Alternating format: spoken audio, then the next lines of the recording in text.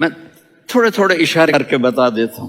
جب آپ بیٹے ہیں تو آپ کہہ رہے ہیں کاش میرے ماں باپ زندہ ہوتے، میں ان کی خدمت کرتا. پھر فرمایا اور نہیں تو میری ماں تو ہوتی. چونکہ ماں کو دیکھا ہے نا، باپ کو دیکھا نہیں ہے، تو فرمایا کاش میری ماں زندہ ہوتی اور میں عشاء کی نماز کے لیے مصلی پہ کھڑے ہو کے الحمدللہ رب العالمین پڑھ رہا ہوتا، اور ادھر سے میری ماں مجھے بلاتی محمد، تو میں نماز توڑ کے کہتا جی اماں جان میں آ رہا ہوں، نماز پھر پڑھا دوں گا. اپنے والدین کی عزت کرو. یہاں کا بڑھاپا بڑا خوفناک ہے کہ اولادیں چھوڑ جاتی ہیں اور ماں باپ ٹوائلٹ جانے سے بھی عاجز ہوتے ہیں. اپنی ماں کی دعا لو، اپنے باپ کی دعا لو.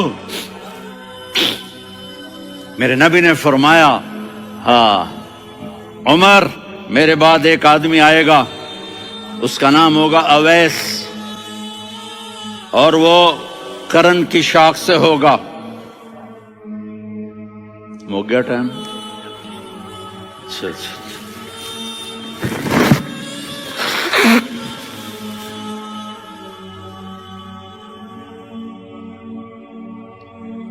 اس سے دعا کرانا، علی آپ بھی، عمر آپ بھی. یا رسول اللہ کس لیے؟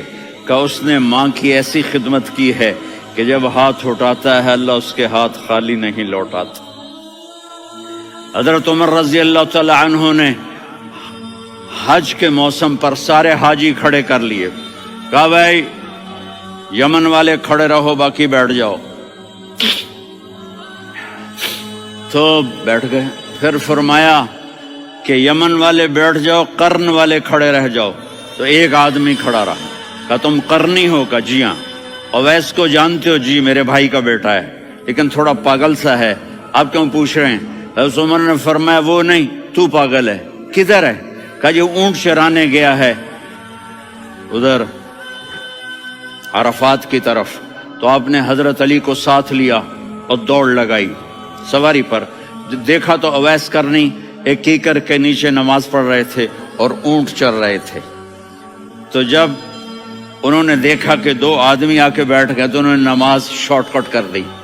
تو حضرت عمر نے پوچھا کون ہو بھائی؟ کہا جی میں مزدور ہوں. کہا تیرا نام کیا ہے؟ کہا جی اللہ کا بندہ. کہا رے بھائی تیری ماں نے تیرا نام کیا رکھا ہے؟ اس نے تو نہ حضرت عمر کو دیکھا تھا نہ علی کو. وہ کہنے لگا بھائی تم کون لوگ ہو میرا انٹرویو کرنے والے؟ یہ تو میں اپنی زبان میں کہہ رہا ہوں. تو حضرت علی بولے کہ بھائی یہ ہیں امیر المومنین عمر بن خطاب اور میں ہوں علی بن ابی طالب. تو وہ ایسے کانپنے لگے. میں معافی چاہتا ہوں، میں پہلی دفعہ آیا ہوں، میں نے آپ کو دیکھا نہیں. فرمائیے آپ. حضرت عمر نے کہا ہاتھ اٹھا ہمارے لیے دعا کر. تو وہ رونے لگے.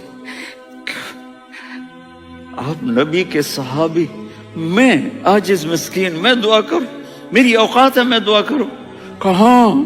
ہمیں ہمارے نبی نے فرمایا تھا اویس آئے تو دعا کروانی ہے. عمر اور علی جیسی ہستیوں کو دعا کے لیے کہا جا رہا ہے. پیچھے تہجد ہے؟ نہیں.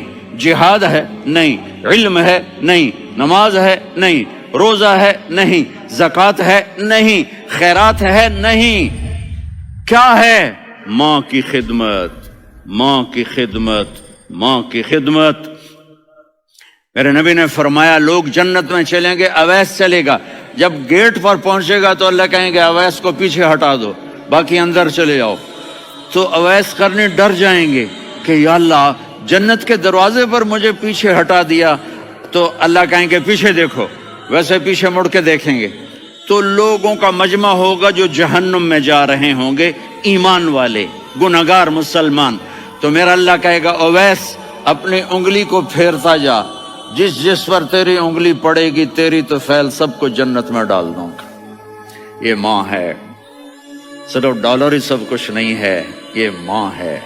میرے نبی نے فرمایا اب تیرا باپ تیری جنت کا سب سے بڑا دروازہ ہے.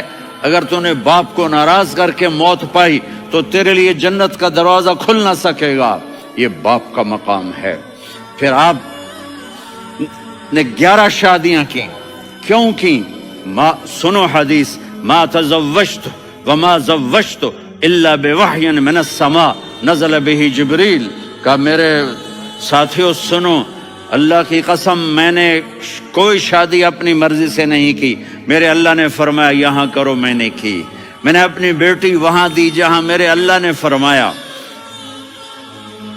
تو اتنی شادیاں کیوں کی ہیں؟ ہمیں گھر کی زندگی سمجھانے کے لیے.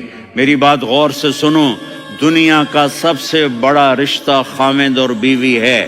سب سے مقدس رشتہ ماں باپ ہے، لیکن سب سے بڑا رشتہ خاوند اور بیوی ہے. جب یہ ٹوٹ جاتا ہے تو پوری نسل برباد ہو جاتی ہے.